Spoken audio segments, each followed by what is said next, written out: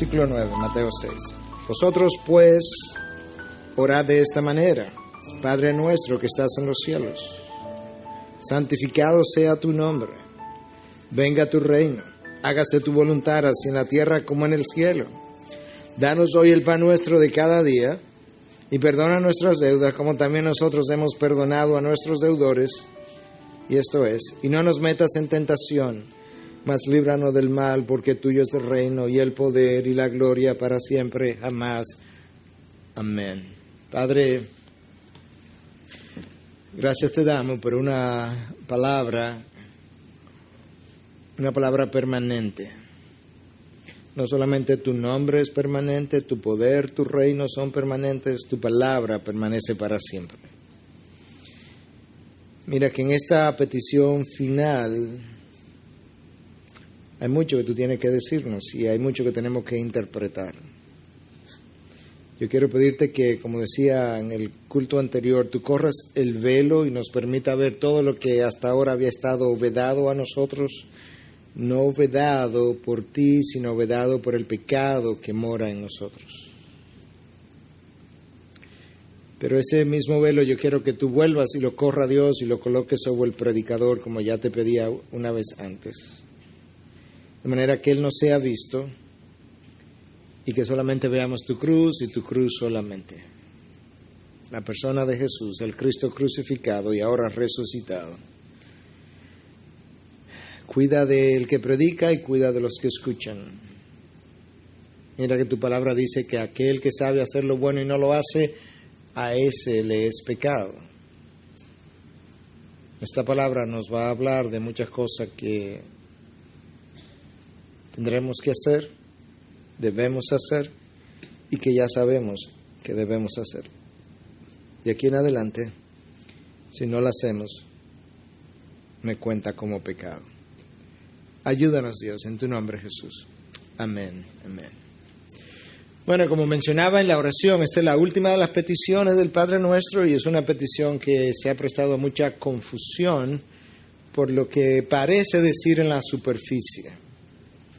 Ciertamente la expresión "no nos metas en tentación" es un tanto extraña a primera vista, porque parecería que Dios es quien nos empuja a la tentación, que nos quiere tentados y que ahora yo tengo que pedirle que no lo haga. Y no hay nada más lejos de la verdad que ese concepto. Nosotros hemos dicho en múltiples ocasiones que la palabra es su propia intérprete. Es un concepto que viene de los reformadores. La palabra interpreta a la palabra, de manera que yo tengo que preguntarle a la palabra si es verdad que Dios es quien me tienta. Y si la palabra me niega esa afirmación, entonces yo tengo que encontrar otro significado para esas palabras de Jesús, pero tiene que ser un significado que sea congruente con el resto de la revelación. Un simple vistazo a la misma palabra en un pasaje ya no tan oscuro, sino bien claro, me deja ver que Dios no es autor de pecado ni de tentación. Santiago 1, del 13 al 14 dice que nadie diga cuando es tentado, soy tentado por Dios, porque Dios no puede ser tentado por el mal y Él mismo no tienta a nadie, sino que cada uno es tentado cuando es llevado y seducido por su propia pasión. El pastor Héctor ha estado predicando acerca del libro de Santiago, de manera que recientemente probablemente usted haya oído algo acerca de esto, pero con toda claridad la palabra ya nos establece que Dios no es quien me tienta. Pero ahora yo tengo que preguntarme si eso no es el significado de esto que Cristo está diciendo, entonces, ¿qué es? Y es en esas situaciones donde el significado de las palabras en su original y los expertos en esos lenguajes como el griego y el hebreo nos pueden ayudar ampliamente, y este es uno de esos casos. La palabra que es traducida aquí como tentación es perasmos. Y esa palabra puede significar dos cosas distintas. Una es tentación, como ha sido traducida aquí, y la otra es una prueba, para probar la calidad de algo. La calidad de mi fe, por ejemplo. Y de hecho, en una de las traducciones al inglés, The New American Standard Bible, la palabra perasmos aparece 21 veces.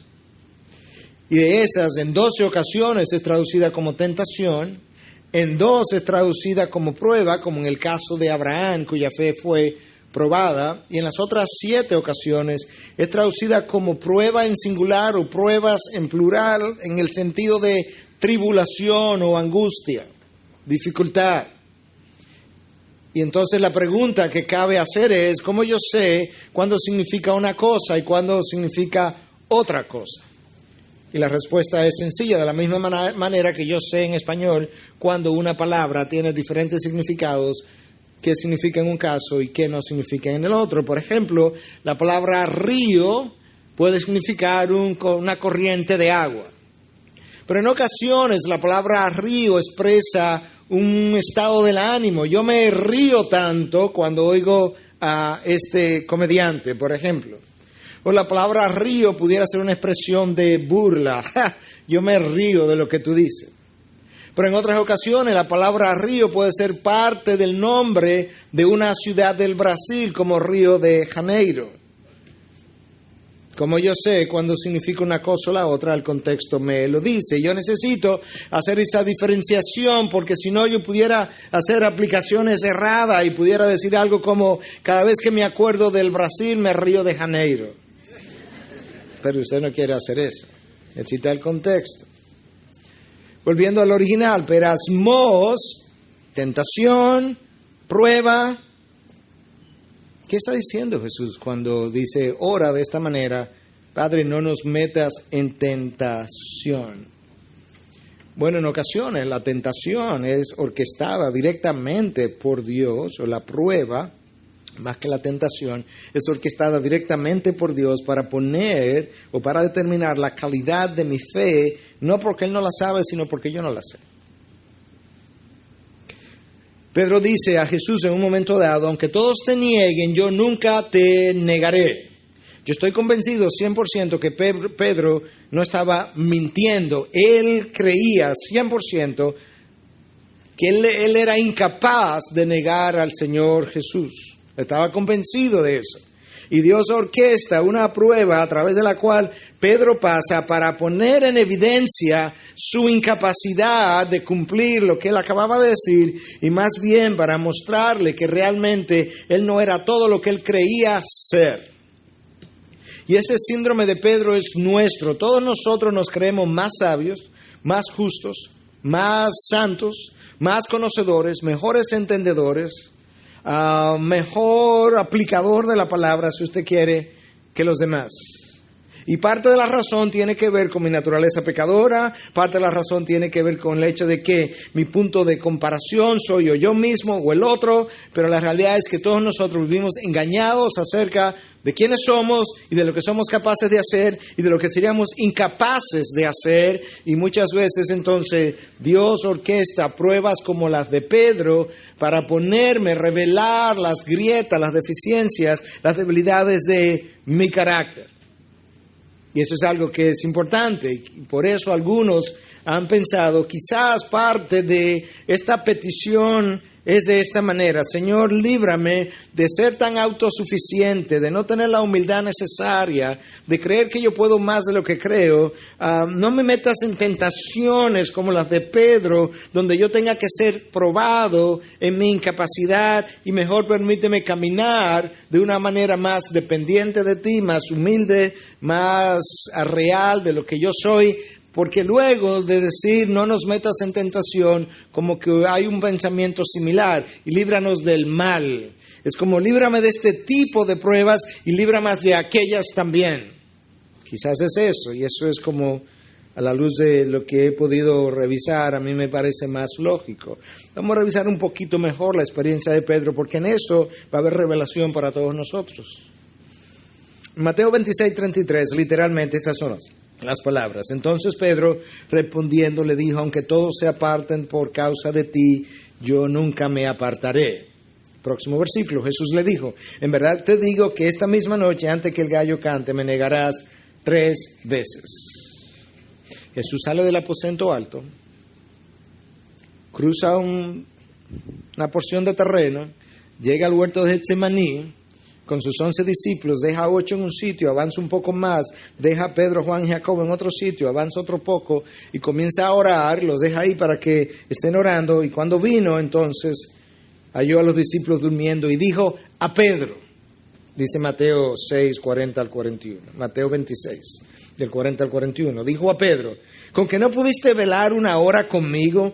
Velar y orar para que no entréis en tentación. El espíritu está dispuesto, pero la carne es débil. ¿Tú recuerdas cómo es que este diálogo inicia? Porque yo comencé leyendo con el diálogo ya comenzado. Yo comencé con la afirmación de Pedro que aunque todos te dejen, yo nunca me apartaré de ti. Pero Lucas nos deja ver en el capítulo 22 que es Jesús quien comienza el diálogo. Jesús hace una afirmación y Pedro responde. Lucas 22, 31, Jesús hablando. Escucha, Simón, Simón, mira que Satanás os ha reclamado para zarandearos como a trigo. Y ahora si juntamos todos estos versículos, los de Mateo y los de Lucas, y lo ponemos en una sola cadena, tú escuchas esas palabras, Simón, Simón, mira que Satanás os ha reclamado para zarandearos como a trigo. Entonces Pedro le dijo, aunque todos se aparten por causa de ti, yo nunca me apartaré. Jesús le dijo, en verdad te digo que esta misma noche, antes que el gallo cante, me negarás 3 veces. Y ahora en Getsemaní vino entonces los discípulos y los halló durmiendo y dijo a Pedro, ¿con qué no pudisteis velar una hora conmigo? Velar y orar para que no entréis en tentación. El espíritu está dispuesto, pero la carne es débil.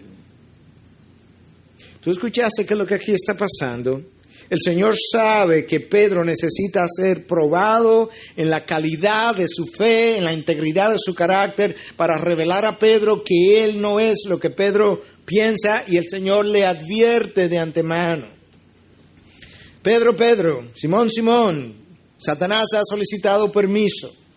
Yo he rogado por ti para que tu fe no falle. Tú vas a fallar en la prueba, pero tu fe va a ser garantizada, va a ser preservada. De hecho, va a ser mejorada. Y entonces Pedro no lo cree, Pedro afirma todo lo contrario. Jesús dice, ok, van para el Getsemaní. Allá en el Getsemaní, Jesús sabe que en unas horas Pedro va a estar entrando en esa tentación, y cuando él regresa de orar, le dice, se encuentra a los discípulos durmiendo, a los 3, de hecho a los 11, y le dice a Pedro en particular, Pedro, no pudiste orar conmigo, ni siquiera una hora, velar y orar para que no entréis en tentación, en perasmos, la que viene de camino y que tú vas a enfrentar en unas horas apenas. Es una prueba de la que yo quisiera que Dios me librara, porque yo no sé si la voy a pasar. Ken Hughes, en el comentario acerca del Sermón del Monte, cuenta una historia de que en una ocasión, en la época de los reformadores, 2 personas fueron encontradas culpables de ser cristianos, de seguir la fe, y al otro día iban a la hoguera.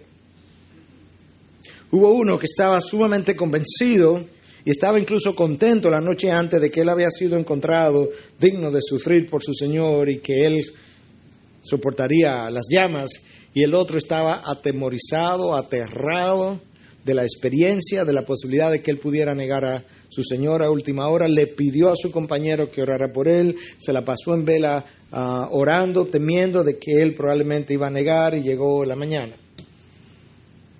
Llegada la mañana, el que estaba muy confiado negó al Señor.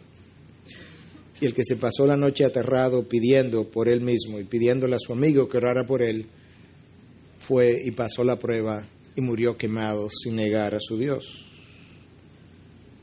Quizás este Padre nuestro nos está diciendo, Señor, líbranos, no nos metas en esas pruebas, perasmos.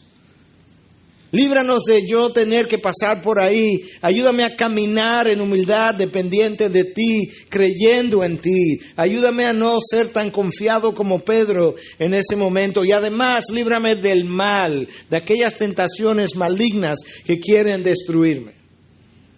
Habiendo ya santificado su nombre, habiendo querido extender su reino, habiendo pedido por su voluntad, habiendo estado satisfecho con su provisión diaria, habiendo pedido perdón por nuestras deudas y habiendo perdonado a nuestros deudores, ahora es el momento de decirle: Dios, líbrame de las tentaciones, incluyendo aquellas que son solamente para probar mi integridad. Ese es el propósito, uno de los propósitos de las tentaciones, es probar quién yo soy. Y usted pudiera decir, bueno, si uno de los propósitos de las tentaciones es probar quién yo soy, ¿cuál fue el propósito de las tentaciones de Jesús? Exactamente el mismo de las tentaciones de Pedro. Cuando Pedro pasa por la tentación y fracasa, eso puso en evidencia quién Pedro era con toda claridad. No había duda de quién Pedro era. Y al mismo tiempo, cuando Jesús sale del Jordán, lleno del Espíritu Santo, habiendo oído las palabras de su Padre: este es mi Hijo amado en quien tengo complacencia, y él va al desierto y es entrado y triunfa, ese triunfo sobre esa tentación puso en evidencia con toda claridad quién él era, el Hijo de Dios declarado en el Jordán. Propósito de uno, el mismo propósito de la otra. No hay duda, de acuerdo a Mateo 4, Lucas 4, que el Espíritu de Dios lo llevó al desierto. De hecho, Marcos 1:12 dice que el Espíritu de Dios lo empujó, lo impulsó al desierto.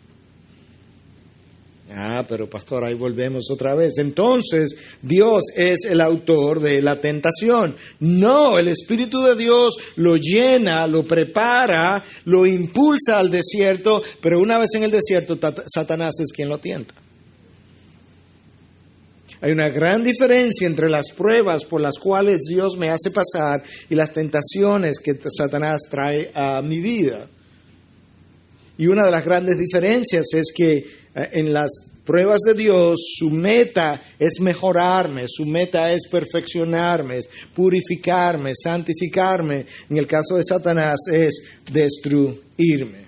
Esa es la gran diferencia. Ahora Cristo pasa por la prueba, prueba quién Él es. Hoy entonces Él es nuestro sumo sacerdote, y por eso dice Hebreos 4:15, no tenemos un sumo sacerdote que no pueda compadecerse de nuestras flaquezas, sino uno que ha sido tentado en todo como nosotros, pero sin pecado. Ese es Jesús. Señor, ayúdame a confiar en Él. No me permita creerme tan autosuficiente como que yo puedo. No, que su tentación en el desierto y su triunfo pueda ser contado a mi cuenta. Que yo no tenga que ir al patio del sumo sacerdote para probar que yo sería capaz también de negar a Jesús 3 veces.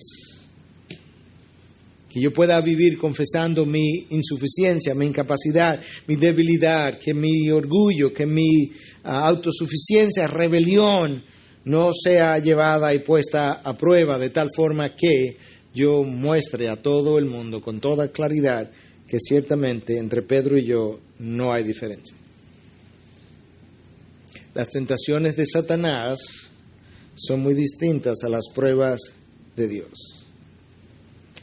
Como vimos, Satanás salió de otra manera. Satanás salió más humilde. Pedro salió de otra manera. Pedro salió más humilde. Pedro salió más confiado en Dios. Pedro salió con menos sentido de autojusticia.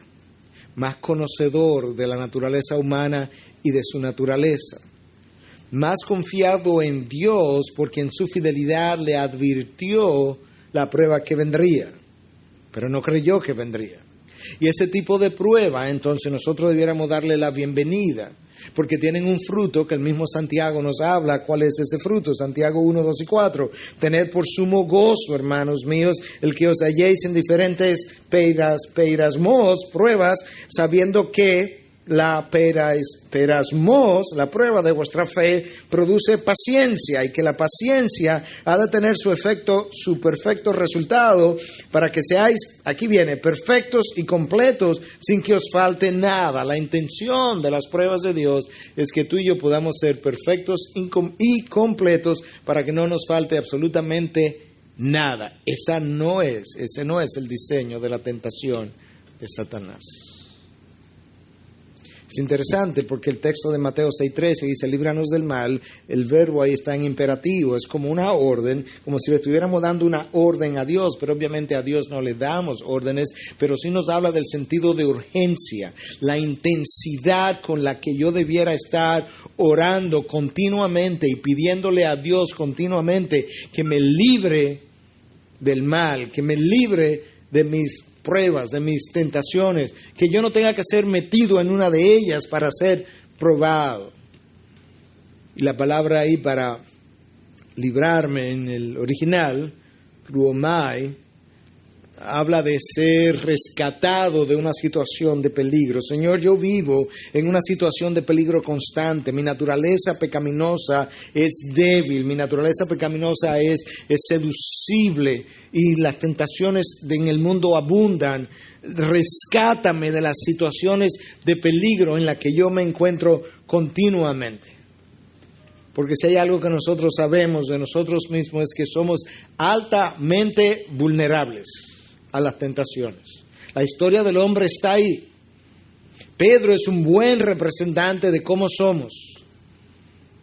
Si nos creemos mejores que Pedro, probablemente nos encontraremos en la misma experiencia de Pedro.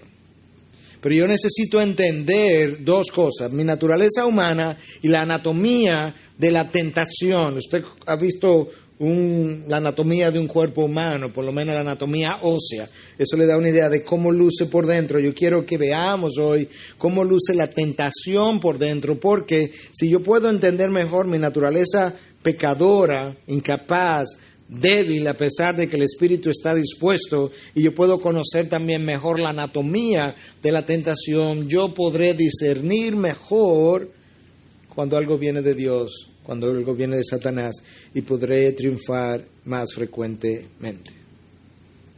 Y lo primero que yo quiero mencionar es que por diseño la tentación tiene como base el engaño y como meta la caída. La tentación tiene como base el engaño y como meta la caída versus la prueba de Dios. Satanás te esconde lo que Él te está brindando en un papel de regalo y te le pone una moña y luce atractivo. Dios te le quita el papel a la prueba para que tú la veas de antemano y te prepares. Simón, déjame quitarle el papel a esta tentación que viene de camino. Yo quiero que tú la conozcas de antemano. Yo quiero que te prepares. Pues yo no voy a caer, Señor. Ok, Simón. En Getsemaní, Pedro, velad y orad para que no entres en tentación. Y en la medida en que yo reflexionaba sobre esto y miro mi vida hacia atrás, yo pude descubrir que ciertamente en los momentos en que tú fallas, de alguna u otra manera, Dios te ha advertido lo que venía de camino, pero yo no supe velar y orar y me dormí. Y al dormirme, entré en el perasmos. Y fallé. Y tú también. Pero Dios nos prepara, no nos engaña, no nos esconde las pruebas. Satanás nos esconde las tentaciones de una manera extraordinaria. Y nos las hace lucir atractivas. Y todavía son más atractivas de lo que lucen porque mi naturaleza pecadora es deslumbrada por todo aquello que brilla y que parece bueno. Y ahí entonces nosotros somos autoengañados una y otra vez, porque cuando Satanás viene a mí, me hace una oferta, me presenta esto como algo que va a traer un beneficio o a mí o a la otra persona. Esta fruta no te va a hacer daño, Eva. ¿Cómo tú vas a pensar eso? Te va a hacer bien. De hecho, tú vas a ser, y tú, Adán, también, como Dios. ¿Te das cuenta cómo esto está envuelto ahora en algo que brilla, algo que es bueno, algo que a mí me va a beneficiar? Adán, va a beneficiar a tu esposa también, va a beneficiar al otro, y de repente yo comienzo a creerme lo que Satanás me está tratando de vender. ¿Por qué? Porque mi naturaleza pecadora también es fácilmente atraída y de repente ahora yo soy sorprendido. Cuando algo es encubierto como el anzuelo que se le tira al pez y tiene una, ¿cómo se llama? Una carnada. Eso está escondiendo la aguja del anzuelo, la punta del anzuelo. Eso es exactamente como la tentación funciona. Y Satanás trata de que yo no vea realmente lo que hay detrás del papel que él está usando para envolver su presentación y engañarme. Y lo hace, esta tentación todavía es mucho más seductora porque a nuestra naturaleza pecadora le encanta la tentación. La razón por la que nosotros coqueteamos con el pecado es porque disfrutamos las tentaciones. Si no, usted no la entretuviera en sus manos, no la tuviera en sus manos o no la tuviera de forma repetitiva, sino que simplemente la rechazara. No, pastor, pero a nadie le gusta pecar. No, un momento, nuestra naturaleza pecadora le encanta pecar. Lo que a nosotros no nos gustan son las consecuencias del pecado. Nosotros vivimos orando porque tenemos miedo a las consecuencias del pecado, pero si Dios nos quitara las consecuencias del pecado, nosotros viviríamos nadando en el pecado todos los días, porque a la naturaleza pecadora le encanta ese milieu, ese hábitat. Por eso entretenemos y coqueteamos con el pecado una y otra vez. Esa es la realidad. Entonces el maligno que me conoce, que nos ha estudiado desde el jardín del Edén, que nos ha seguido, él sabe cómo hacer eso y él busca un momento donde yo tenga un deseo. Y entonces ahora que yo tengo un deseo, él me proporciona la forma de yo llevar a cabo, llenar mi deseo. Y entonces, en la medida en que mi deseo se prolonga, yo voy sintiendo que ese deseo ya no es un deseo, es una necesidad. Y cuando la necesidad sentida, pero no real, es presentada con la manera de llenarla, eso hace un paquete altamente seductor. ¿Tú has leído bien el texto de Mateo 4 y Lucas 4, lo que dice? Al final de los 40 días, Satanás tentó a Jesús para que convirtiera las piedras en pan. ¿Y por qué no vino al día primero? No, porque él no tenía hambre. Es en el momento del deseo, en el momento en que yo pudiera incluso estar pensando, es que ya esto ha pasado mucho tiempo, esto es una necesidad que yo tengo, y ahí entonces él te presenta cómo puedes llenar la necesidad. Lo que él no te dice es que esta manera de hacerlo es ilegítima. Ahí donde el papel viene y lo cubre y le pone su moña, porque él no te deja ver que es ilegítima. Y entonces el poder seductor de la tentación comienza a funcionar. Y yo comienzo a creerme que realmente esto es una necesidad. De hecho, llega un momento en que no solamente creo que es una necesidad, sino que yo creo que yo merezco esto.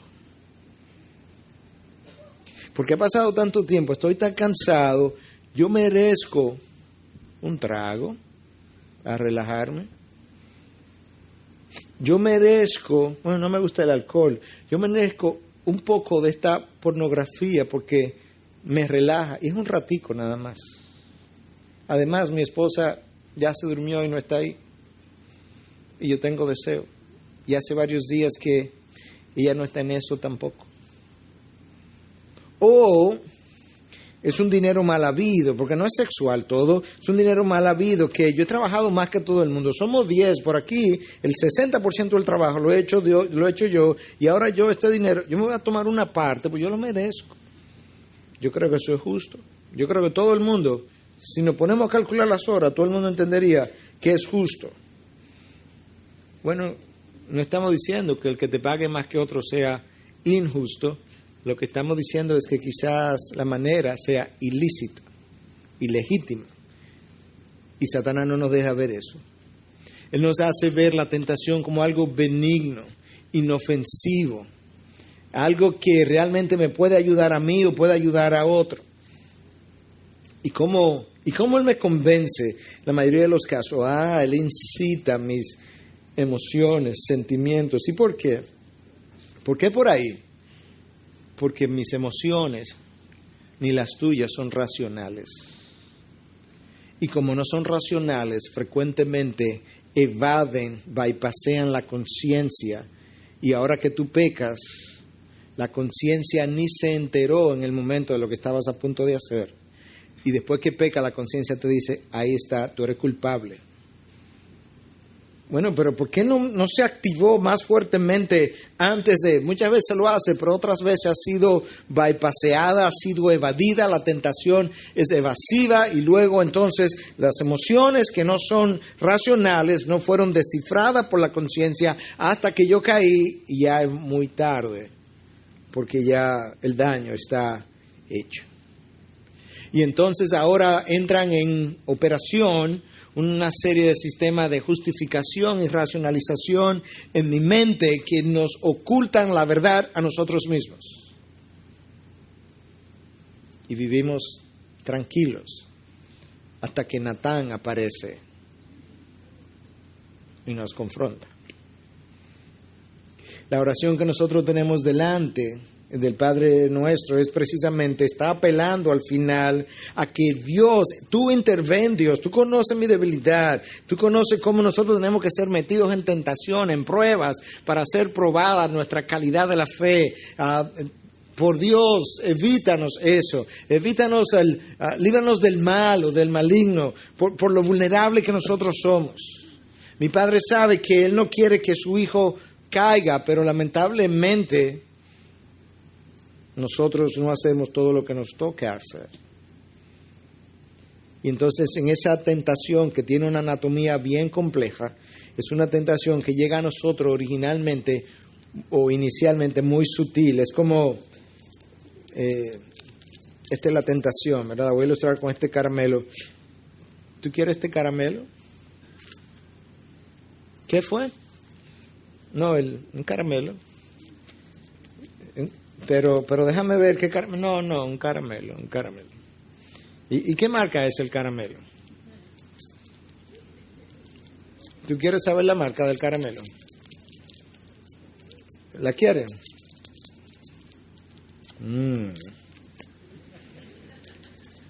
Y el otro, que en principio no estaba ni pensando en caramelo, poco a poco, el caramelo, pero quizás es mejor de lo que yo pensaba. Y es criollo, y yo comienzo, y la tentación, y llega un momento en que, dame el caramelo. Porque la tentación, parte de su dinámica es que es escalonada, va subiendo de intensidad, con lo cual va produciendo cada vez más en mí el deseo de yo querer esto que se me está ofreciendo. Y en eso muchas veces entonces logra evadir mi conciencia y ahora yo soy presa fácil. Lamentablemente, eso es como muchas veces ocurre. El maligno entonces, él se reserva su última carta para el final. Porque como parte de la anatomía de la tentación, esa es la última, donde él la saca y dice, mira lo decepcionante que es, ya caíste. Él la saca debajo de la manga, como dice en inglés, porque nunca te entrego lo que te prometí. Te lo quito. Fue una promesa falsa. Mira lo efímero del placer. Mira lo corto de la relación.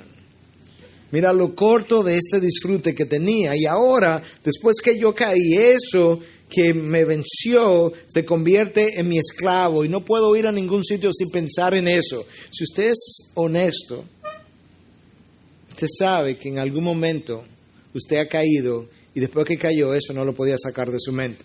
Eso es exactamente lo que Pedro nos dice en su segunda carta, en 2:19, dice, uno es esclavo de aquello que le ha vencido. ¿Usted ha sido vencido alguna vez? Si usted es honesto, tiene que testificar que después de ser vencido, eso que lo venció, le fue difícil sacarlo de la mente. Y no tiene que ser sexual. Se convierte en mi perseguidor, en aquello que no me deja tranquilo, aquello que no me da paz. Eso es parte del diseño de Satanás. Él no te dejó ver eso, Él te la escondió. Dios te revela las cosas antes de mano, Satanás te la esconde. Y esas son las cosas que vienen de parte de Él. Ahora, Dios es tan fiel, Dios está tan interesado en la preservación de sus hijos, que aún después de Él hablarnos de antemano acerca de las tentaciones que vienen, Él continúa muy activo. Y escucha lo que Él dice en lo que es esto de las tentaciones, en 1 Corintios 10:13. No os ha sobrevenido ninguna tentación que no sea común a los hombres. Y fiel es Dios, que no permitirá que vosotros seáis tentados más allá de lo que podéis soportar, sino que con la tentación proveerá también, en adición a la vía de escape, a fin de que podáis resistirla. Dios me está diciendo ahora, mira, en mi fidelidad yo monitorizo tus tentaciones. Yo mido el tamaño de ellas contra tu fuerza. Y yo en mi fidelidad no voy a permitir que una tentación mayor que la que tú puedas resistir llegue a ti. Pero escúchame, aun cuando yo hago eso y solamente permito que la tentación que tú puedas resistir sea la que llegue, aun después de hacerlo yo me percato que como tú eres débil y eres frágil y eres polvo y al polvo volverás, aun con esas que tú puedes manejar, con frecuencia flaqueas. Y cuando tú flaqueas, entonces yo también te abro una puerta. Una puerta de escape por donde tú puedas salir. Y cuando tú no puedes hacerlo, o mejor dicho, cuando tú caíste, no fue porque me faltó fidelidad hacia ti. Fue porque la misma puerta que yo abrí, tú te encargaste de cerrarla o te hiciste que no la habías visto. Y caíste. Ahí está Dios tratando de protegernos de nuestras tentaciones. Dios es soberano, Dios es orquestador y por tanto, bueno, si Dios es soberano, Dios es orquestador, entonces las tentaciones que llegan a mí obviamente han sido permitidas por Dios, sin lugar a dudas, pero han sido permitidas con un propósito y uno de los mayores propósitos es revelarme el verdadero yo. Pero yo tengo que recordar, hermano, que lo que a mí me tienta es lo que yo deseo. De manera que yo ahora le puedo quitar la acusación al tentador y saber que lo único que a mí me atrae es lo que mi carne quiere. Algunos de ustedes, hablando de forma formal o informal, han hablado muchas veces de la comida, cómo lo tienta y cómo comimos de más, yo que estaba en una dieta. Han hablado de eso, ¿verdad? Pero yo nunca me he sentido tentado por una tallota, por ejemplo. No, eso no me va a tentar. Eso no es parte de mi naturaleza. Mi naturaleza carnal no le gustan las tallotas. Usted la puede decorar de todas las formas posibles y yo no me voy a sentir tentado a comerla. Por tanto, cuando se trata de otra cosa donde yo caigo, mi naturaleza quería eso. ¿Cómo? En ocasiones, yo no debía haberme comido un helado por mi diabetes. Quizá la glucosa no estaba en el mejor nivel y caí y me lo comí. Sí, pero a mí me encanta el helado. Así mismo ocurre a nivel de las tentaciones en el resto del plano espiritual. De tal manera ahora que una de las cosas que Dios hace cuando permite que estas tentaciones lleguen a mí, si yo quiero verlo bíblicamente, es que me van a revelar lo que yo soy y por tanto usa eso para luchar contra eso que tú eres, para que lo deshaga y pueda llegar a ser algo mejor. Y tienes mi poder, tienes mi espíritu, tienes mi nombre para hacerlo. Tienes mi gracia. Y en la oración del Padre Nuestro es un buen recordatorio porque yo comienzo diciendo Padre. Y al decir Padre Nuestro me estoy recordando que en mi condición de hijo yo tengo a alguien que está a mi favor y no en contra mía. Yo tengo a alguien que no me quiere ver caído, tengo a alguien que me quiere ver levantado y Él está a favor mío. Y es a ese quien yo estoy ahora acudiendo diciendo, oh Dios, no me metas en tentación, ayúdame a caminar humildemente bajo tu gracia, bajo tu autoridad, para que yo no tenga que pasar por la experiencia de Pedro. Y además, líbrame del mal, líbrame del maligno, porque yo no quisiera estar ahí. Somos seducidos por la tentación. Yo debo recordar también que no solamente lo que me tienta es algo que es parte de mi naturaleza y parte de lo que yo deseo, sino también que cuando yo soy tentado, prácticamente invariablemente, yo he sido tentado otras veces en la misma área. Raramente, si alguna vez podemos decir, nunca me habían tentado ahí. ¿Y por qué eso es importante? Bueno, porque si en la vez anterior o veces anteriores yo no caí, yo tengo que determinar qué fue lo que yo hice para no caer, para que vuelva y lo implemente esta vez y vuelva a no caer. Porque de lo contrario, yo voy a tropezar otra vez. En segundo lugar, tercer lugar, yo necesito recordar que cuando la tentación llega a mí, llega vía un pensamiento que entra a mi mente. Yo necesito sacar ese pensamiento de mi mente lo más rápido posible, porque de lo contrario, ese pensamiento en mi mente va a comenzar a cautivar mi corazón. Y una vez mi mente y mi corazón se ponen de acuerdo, la voluntad no tiene un chance de no ser activada en la dirección incorrecta. Tiene la mente en contra, tiene el corazón en contra, la voluntad va a ser movida seguro. Es por eso que el apóstol Pablo nos manda en Filipenses 4:8 que nosotros debemos pensar en que en todo lo bueno, todo lo puro, todo lo amable, todo lo que es digno de alguna virtud, en esto, pensar. Creo que otras veces le he mencionado como Martín Lutero decía que él no puede evitar que las aves del cielo revoloteen sobre su cabeza, pero él puede evitar que hagan un nido en su cabeza. Y de esa misma manera, yo no puedo evitar que los pensamientos malvados de la naturaleza pecadora y los seductores y tentadores entren a mi mente. Yo no puedo evitar eso. Lo que yo sí puedo evitar es que moren ahí y terminen haciendo un nido en mi cabeza y seduciendo mi corazón y mi voluntad. No le ceda terreno santo al enemigo, porque va a mover su voluntad tarde o temprano. Saque eso de su mente lo antes posible para que pueda triunfar. Y recordemos que cuando Satanás me presenta la manera de yo llenar mi necesidad, él me hace creer, estoy repitiendo de nuevo, que esa forma de llenarla es legítima porque ahora yo tengo una necesidad. Y muchas veces Dios no niega que yo tenga una necesidad. Lo que Él rehúsa reconocerme es el derecho de convertir el instrumento ilegítimo en algo legítimo para yo llenar lo que yo he llamado necesidad, que a veces no es más que un deseo. Y Satanás me envuelve todo eso.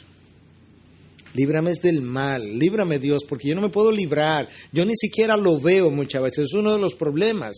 Las tentaciones que tú puedes ver con claridad son más fácil de tú rechazarla, pero Satanás conoce eso y él me la envuelve en un papel de regalo, como un caramelo dulce, que al principio yo le doy la primera mordida y sabe tan dulce, pero cuando finalmente yo rompo el caramelo, el corazón es puro veneno.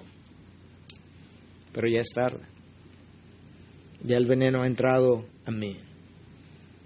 Y en esta oración, Cristo nos da en cierta manera una fórmula para yo vivir por encima de mis tentaciones y de mis caídas y de mis derrotas. Tú tienes que honrar su nombre. Preguntémonos si esto que hice, que hago, que voy a hacer, va a honrar su nombre. Yo tengo que buscar su reino para que éste pueda ser expandido. Contribuye esto a la expansión de su reino. Yo tengo que someterme a su voluntad. Yo tengo que vivir complacido con su provisión diaria. Yo tengo que vivir perdonando y pidiendo perdón por mis pecados. Y ahora yo tengo que vivir una vida de absoluta dependencia de Dios, pidiéndole a Él que Él me libre del mal y me impida tener que yo entrar en tentaciones o pruebas como las de Pedro, donde yo tenga que ser probado. No me metas en esos, Dios, pero ayúdame a mí a caminar dependientemente de ti.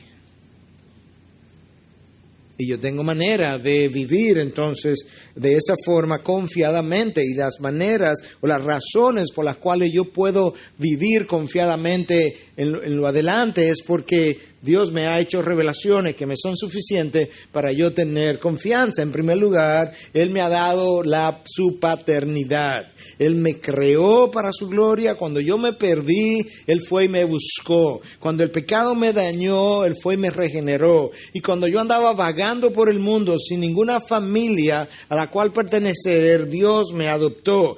Él es mi Padre, Él me ha dado su nombre, me ha hecho ciudadano de su reino. Él me ayuda a cumplir su voluntad, poniendo en mí el querer y el hacer. Él provee para mí todos los días, Él perdona mis pecados y ahora Él está dispuesto a librarme de las tentaciones. ¿Por qué? Porque Él es mi Padre. Yo puedo confiar en la persona que me ha dado su paternidad. En segundo lugar, no solamente Él es mi Padre, pero el texto nos recuerda hacia el final que suyo es el reino. Él me ha colocado en un reino, y en ese reino donde Él me ha colocado, resulta que el dueño y señor del reino es mi Padre. Y cuando ese reino se perdió, Él envió a su Hijo a rescatarlo. Su Hijo rescató el reino, y cuando lo rescató, le plujo al Padre compartir el reino con su Hijo y conmigo, y nos hizo coherederos en Cristo. Yo puedo tener confianza entonces al momento de vivir. No solamente Él es mi Padre, no solamente suyo es el reino, pero suyo es el poder. Él ha puesto el poder que resucitó a Cristo de entre los muertos, lo ha puesto a morar en mí y obra poderosamente en mí. Es ese poder que me santifica, que me va a glorificar eventualmente, que me preserva, que me guarda, que me ha sellado. Ese es el poder que me preserva hasta el final, y por tanto yo puedo vivir en victoria en el día de hoy. Y si eso no fuera suficiente, Él me recuerda que suya es la gloria. Y si suya es la gloria y Dios me salvó para su gloria, no hay manera que yo me pueda perder en el camino, porque si yo me pierdo en el camino es su gloria que entra en juego, y Dios jamás permitirá que su gloria sea empañada o sea cuestionada, jamás. De tal manera que Dios garantiza mi entrada al reino de los cielos. Dios ha hecho uso de su poder para hacerme parte de su reino y que yo pueda entonces vivir para su gloria. La pregunta no es si yo voy a triunfar, la pregunta es si yo puedo vivir triunfantemente. Cuando Cristo triunfó, yo triunfé. Y yo tengo razones entonces para vivir tranquilamente. Yo necesito entonces, conociendo que Cristo triunfó en mi lugar y que cuando Él triunfó, yo triunfé, yo necesito proclamarle, exaltarle, glorificarle. Y si todo eso que Dios ha dicho, ha revelado, me ha comunicado, me ha puesto a mi disposición, no fuera suficiente, Dios me recuerda lo siguiente y me dice: no temas, porque yo te he redimido, te he llamado por tu nombre, mío eres. Cuando pase por las aguas, yo estaré contigo, y si por los ríos, no te anegarán. Cuando pases por el fuego, no te quemarás, ni las llamas te abrazarán. ¿Por qué? Porque yo soy tu Padre, porque yo soy el Señor, tu Dios, el Santo de Israel, tu Salvador. Tú puedes confiar en mí, tú puedes vivir en mí, tú tienes triunfo en mí. La pregunta no es si vas a triunfar, hijo. La pregunta es si quieres vivir triunfantemente por medio de mi Hijo, quien triunfó por ti en la cruz. Integridad y Sabiduría es una producción que llega hasta ustedes gracias a los aportes de individuos y empresas comprometidos con la defensa de la fe. Para más información, preguntas y comentarios, visite nuestra página de internet www.integridadysabiduría.org. En esta página encontrará información sobre la producción de este y otros recursos que ponemos a su disposición, como también las formas en las que usted puede contribuir con la producción de programas como estos. Les invitamos nuevamente a visitar nuestra página de internet www.integridadysabiduría.org. Será hasta la próxima, cuando nos reencontremos con Integridad y Sabiduría.